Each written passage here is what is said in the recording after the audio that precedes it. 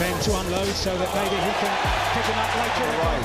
Oh, good 1-2 and he's down! He's fast like a flash, aggressive like a hurricane. Conor Benn isn't just the son of a legend. He's a threat. Speed, fury, pressure. Oh, big shot! He's coming for everything. But is he ready for the world stage? Let's find out. And Conor Benn makes it 15 out of... Conor Benn was born on September 28, 1996, in London. His father is the legendary Nigel Benn, former world champion at middleweight and super middleweight. Like, I look at my dad and he reminds me of what I'm capable of, whose son I am, what blood I have running in my veins, where my genes come from. There's nothing I'm more proud about than being my dad's son. Conor spent part of his youth in Spain, where he trained in kickboxing, but later returned to England to fully commit to boxing. He began training under Tony Sims, a longtime friend of his father. Conor Benn's debut was loud. He was 19, carrying a name known across the country, with eyes burning to prove he was more than just Nigel's son. His opponent, Bulgarian Ivilo Boyanov. Scheduled for 4 against the Bulgarian. Oh, good body shots here. Benn wasted no time. Heavy pressure, explosive pace, and a first-round TKO. Very attack-minded, and he really wants to get this over with. Oh, yeah, this guy's hanging up already. That's done. In his second fight, Benn faced British fighter Luke Kelleher, who managed to survive the full distance. Extra money on the side. Says he's a huge man. What are you doing? Keep a cool head. Luke Kelleher, he's a tough individual. This time, Conor fought with more control, measuring distance and staying composed. And they get the punches on target. That's really easy. Terrific. He dominated, but the knockout didn't come. What did come, though, was experience. A clear points win, smart and risk-free. In his third fight, Conor faced Czech boxer Lucas Radic. Kunahan was trying to pull Kunahan coming out, all guns blazing. Benn started aggressively, setting a relentless pace. Radic tried to close the gap, but got hit with a flurry to the body and a hard right hook that rocked him. He became a three-weight world champion in Glasgow. Benn finished the job. Jab, left hook, first knockdown. Radic beat the count, but not for long. A combo of hooks, and the Czech fighter went down hard. Can Ben get him out of there? Inside around. That'll do it. I think he's got... Another explosive early finish for Benn, and his second knockout win. He's going to be better than me. He will be better than me if he continues to dedicate himself to it. He's better than me. On September 10th, 2016, Conor Benn was set to face Sylvier Kebet on the undercard of Gennady Golovkin versus Kell Brook. But when Kebet pulled out, Joe Ducker stepped in. David Hay, lovely Joshua, Wanalaji alongside me. We're excited and trying. Ducker tried to fight from range and moved constantly, but Benn broke through his defense fast. Straight punches, well. Swift combination. Near the end of round 1, a flurry of jabs drove Ducker into the ropes, and a vicious combo dropped him. In this first round, and Jeff Hines taking He beat the count, but just seconds before the bell, he was down again. I do here. Conor Benn with another right hand, Matthew. Oh, very impressive flow of punches from Conor Benn. Really... In the second round, Benn unleashed a brutal storm of punches. Ducker took a knee, and the referee stopped it. Benn looking for his fourth win. He's down already. You can see he's already found his range. He's landing. He looks all business. Just 2 weeks later, Benn returned to the ring against the durable Ross Jameson. It was his first fight at Manchester Arena, the same venue where his father, Nigel Benn, once battled. Against good fighters, he started to fight against Radic. He looked like he would be a super lightweight. Practice some of the fight went the full 6 rounds, but Conor dominated throughout and won convincingly on points. Many still saw him as just the son of Nigel Benn, but with each bout, that comparison faded. He was quickly building a name of his own, thanks to his explosive style, raw power, and fierce confidence. After a planned fight at Wembley fell through due to illness, Benn came back with a bang. On December 10th, he fought on the undercard of Anthony Joshua versus Eric Molina, his opponent, Stephen Backhouse, but he didn't last long. Seconds after the opening bell, a clean left hook dropped Backhouse hard. 2016 before what he hopes will be a big He got up but was clearly dazed. Less than a minute later, Benn attacked again. Another knockdown. And that was it. Very powerful Conor Benn, and he's in for the finish now. It lasted just over a minute, but Ben stole the show. After defeating Backhouse, Ben faced a serious setback, a fractured jaw. 7 months of recovery later, he stepped back into the ring with something to prove. And he proved it loudly. Finally out for the in 2000. He's got very, very good. He's got fantastic miles an hour. Powerful and very, very sharp here at the very start. He faced Mike Cole, and in round 2, Ben landed a sharp right hand that dropped Cole. This fight. Oh, what a shot. Cole beat the count, but in round 3, a left hook sent him crashing down again. To be honest, Adam, I like the approach Conor Brennan's took here. He's had a bit of time off. That's a big one. He barely made it up, and the referee waved it off. And it is the youngster. 5th stoppage win for Ben, and a statement return. 8 months out. I mean, that was killer, you know. I think I've boxed the best I've ever boxed tonight. 2 months later, on September 1st, 2017, Conor Benn made his debut at the legendary York Hall in London. This time, his opponent was Can Baker, who had never known defeat. In the 2nd round, a series of powerful punches, and Baker hit the canvas. Baker got up, but it was clear he was not in a good state. The referee stopped the fight. Just a month after his last fight, Conor Benn was back in the ring at Manchester Arena. His opponent was Nathan Clark, but Clark couldn't withstand Benn's relentless pressure. Right from the first round, a right cross, and Clark was down. He got up, but Ben didn't let him recover, continuing the assault and sending him back to the canvas. Clark got up again, but Ben kept up the pressure, and the referee stopped the fight. Yeah, let's see how you do under pressure. On November 11th, 2017, Conor Benn fought the most important fight of his career, his debut in the USA. Welcome to the who's been lighting up the next. Doesn't matter their records or anything. They just come out. His opponent was Mexican Brando Sanudo, but he didn't last long either. Sims, as always. On a Ben. On the retreat here, Sanudo. And a good. In the 2nd round, Ben pushed Sanudo to the ropes and landed a powerful left hook to the body. Sanudo doubled over in pain and fell to the canvas. Good shot. Oh, good body shot. Beautiful body shot. A spectacular debut and a 5th straight knockout victory, Ben confidently made his mark on the American stage. On December 13th, 2017, Conor Benn faced the toughest challenge of his career. 12, he looks solid enough. His reply, he will be. At York Hall in London, he met Frenchman Cedric Peynaud and ended up in a real knockdown showdown in the 1st round, twice. Going over to America, and in the right hand. Will Conor Benn to react to the biggest crisis? Back comes Peynaud again. And Ben just slips. The Frenchman acted coldly and sharply, shocking the British crowd. But Ben is not one to give up. He rose, regrouped, and started to come back. He doesn't need. You can fluid of these two fighters. Round by round, he found his rhythm, fired back with combinations, and gradually took control of the fight. Good knockout victory himself is better. I really don't. So Conor needs to land knockdowns. Definitely had a knockdown. Peynaud is. In the 5th round, the first turning point, a successful series, and Peynaud found himself on the canvas. That's good. He looks for that heavy right hand over the top. Beautiful shot from Conor Benn, and that hurt Peynaud, and he's down. In the 6th, it got even brighter. A precise right cross to the chin, and the Frenchman was down again. You know, a remarkable great shot. He got up, but Ben's advantage was clear by the final bell.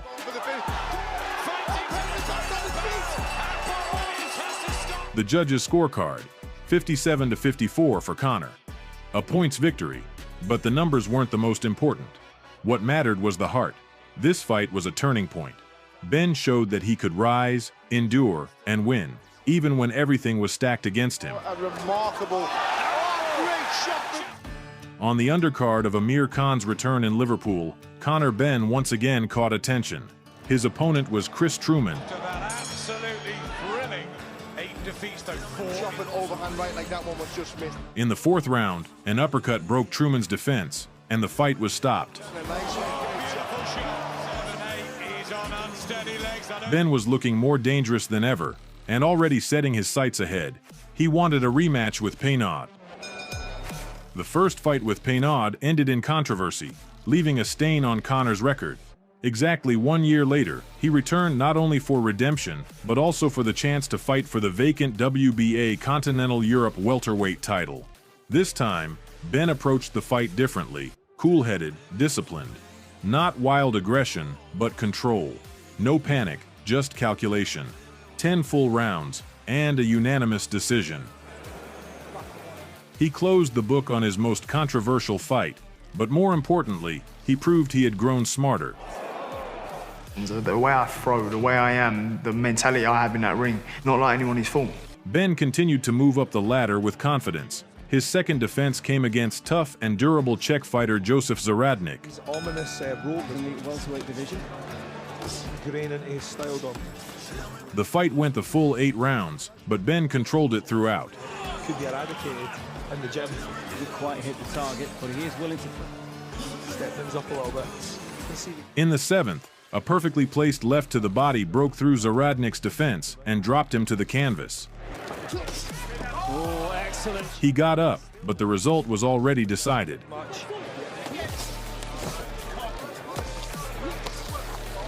As a boxer.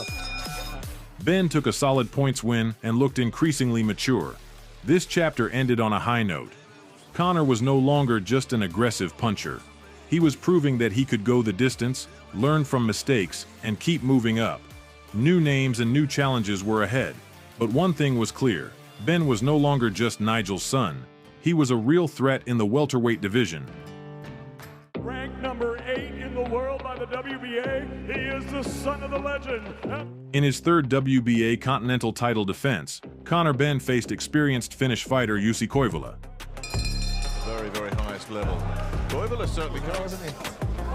Really dig into his record here. Koivula started the fight aggressively and confidently, but in the second round, Benn showed his power. Stuff going on here. A powerful left hook sent Koivula to the canvas. And shortly after, he found himself down again. It's time to go for broke here, and Koivula's only going to feel more of this one. The second knockdown was the last. The referee stopped the fight. Koivula just trying to draw on his experience, and that'll do it. Bob Williams says enough. On the undercard of the big event, Prograis versus Taylor, Conor Benn put on his own show. Darren Barker, what do you want to see? His opponent, Belgian veteran Steve Jamoye, experienced and tough. It's the level fly, box a bit more, but I think some reporters... lovely left to the body, and Jamoye... The fight was intense. Benn moved forward, throwing wide, aggressive punches. You know, we've seen Conor vulnerable in the past. That was a good right hand. Behind the jab, we've seen already in the first couple of rounds that he does have a lovely jab. In the fourth round, a low blow resulted in a point deduction from the referee. But instead of a pause, Benn exploded. A right hand, straight to the jaw. Jamoye drops. The referee stops the fight. Conor takes his fourth title defense, loud, clean, and with character. And again, oh, this is good stuff from Benn. After a 1-year break, Conor Benn returned, and straight into a 10-round test. Standing in his way was the tough German Sebastian Formella, a former champion and a durable fighter. Get your jab going, a lot dropping down there. Definitely going to get hit tonight, despite to deter Conor Benn. Whereas Benn delivers. From the first seconds, Benn set the pace. He worked hard, powerfully, aggressively. Formella held on but retreated more and more. He's really just decided to get himself. Round after round, pressure, combinations, jabs, and hooks. As the final bell rang, it was no doubt unanimous decision for Benn. This was only the second time in his career that the fight went the full 10 rounds, and he passed them with complete confidence. Sims, he wears the black. Conor Benn returned to the ring in April 2021 to face the seasoned veteran Samuel Vargas. Vargas, who had survived 7 rounds with the untouchable Virgil Ortiz, seemed like a serious test for Benn. But as soon as the fight started, all doubts vanished. Veteran from Toronto is on the line. 80 seconds. Just 80 seconds. 2 sharp punches. Right, left, and Vargas was already in shaky condition. Putting Emir Khan on the floor. Ben didn't wait.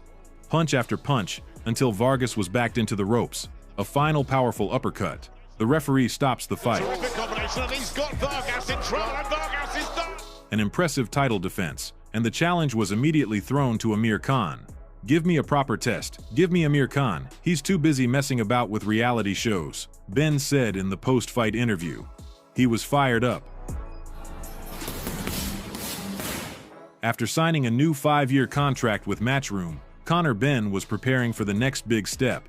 His opponent, veteran Adrian Granados, who had faced the best in the business before, but things didn't go as planned. Ben was forced to delay the fight due to an unforeseen health issue. September 4th, a new chance, and he didn't waste a second. That's the biggest test in the early stages. Into the later rounds. From the first rounds, Ben dominated. He worked like a machine, pushing Granados back until he was left with only defense. Very much in the contest. Curve for Ben, not everybody. Ben shouted, waved his hands, urging Granados to engage, but he kept running. And imploring his man to come forward. Conor landed punch after punch, but couldn't finish the fight early. In the end, a unanimous decision. And that was Granados' round. But Ben wasn't satisfied. He was frustrated. It was very frustrating. He was on his bike the whole fight. I thought he was going to stand toe-to-toe, but I had to hunt him down, Ben said in his post-fight interview. Another in the career, in the biggest test of his 12 rounds. Not for Ben.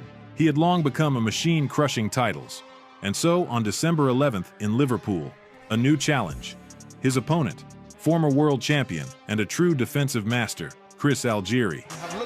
Which his dad Nigel Algieri back onto the ropes. But Conor wasn't in the mood for a long fight. He knew he had to end it quickly. It's gone to the body.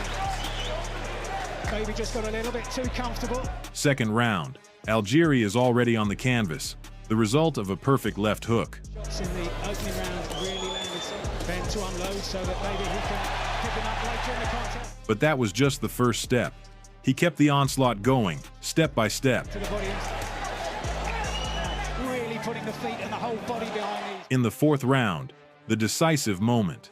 A right hand to the chin, and Algieri falls, unable to get up. A phenomenal rise.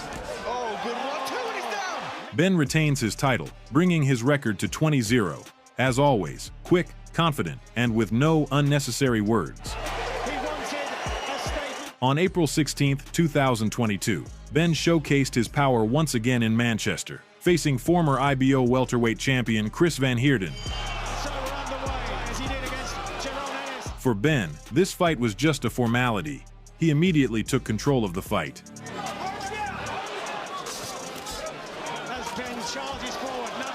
In the second round, it was one precise shot that decided it all. A right hand to the head, Van Heerden hit the canvas. The second that Conor Ben has faced in his career, big right hand to southpaw, and Van Heerden is badly hurt. The referee stopped the fight, and Ben defended his title once again. No questions, no doubts. Ninth defense, the title stays with him. On October 5, 2022, the boxing world was rocked by news. The British Boxing Board of Control announced that the fight between Conor Benn and Chris Eubank Jr., scheduled for October 8th, would be cancelled. The reason was that Ben had tested positive for a substance that did not meet the required standards. This fight wasn't just another bout for two boxers. It was a continuation of the legacy of their fathers, Nigel Benn and Chris Eubank Sr., both legends of their time.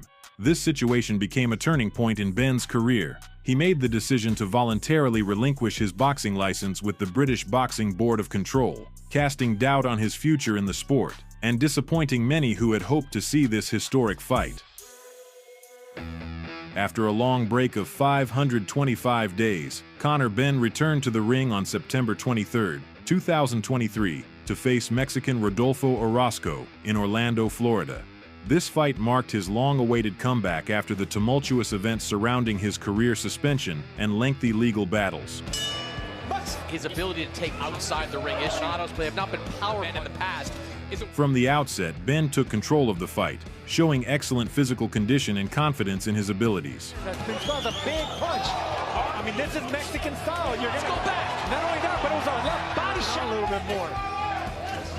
Hard right hand. Orozco tried to resist, but his efforts were insufficient to threaten Benn's victory. After 10 rounds, the judges rendered a unanimous decision in Benn's favor.